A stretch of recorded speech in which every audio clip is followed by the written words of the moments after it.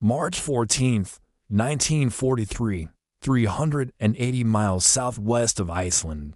A sonar operator aboard HMS Starling calls out, his hands shaking, contact bearing to 70.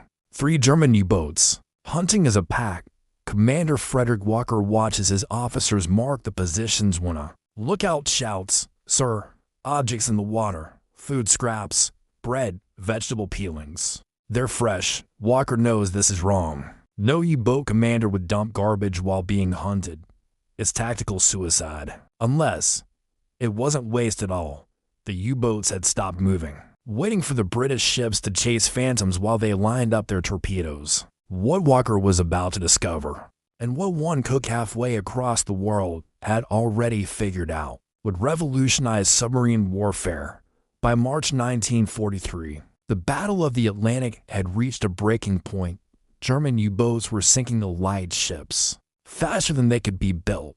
In just 3 months, 108 ships were obliterated. At this rate, Britain would be starved into surrender within 18 months. Admiral Dennis's Wolfpack tactics were devastating. For every German submarine destroyed, 20 Allied vessels went down.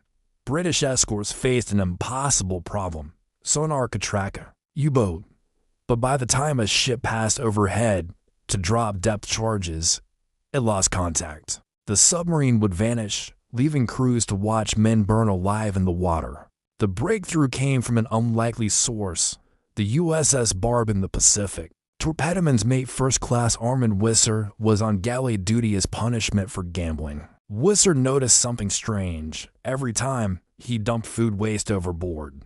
Enemy escorts would alter their course within 20 minutes, as if they were reading the debris like breadcrumbs. On March 9th, he told his captain, Eugene Flucky, "Captain, I think they're tracking our garbage." Flucky ordered an experiment. For 3 days, they dumped garbage at precise intervals and watched. The results were startling. Floating debris created a visible trail from the air. Bread scraps stayed afloat for 40 minutes. Vegetable peelings showed the submarine's heading and speed. Flucky realized if garbage could reveal their position, then garbage could also deceive. On March 19th, the Barb encountered a Japanese convoy. Wisser dumped 40 pounds of food waste, creating a trail pointing away from their actual position. The submarine dove and turned 180 degrees. The Japanese destroyer spotted the garbage and turned toward it, just as predicted, and began depth charging empty ocean.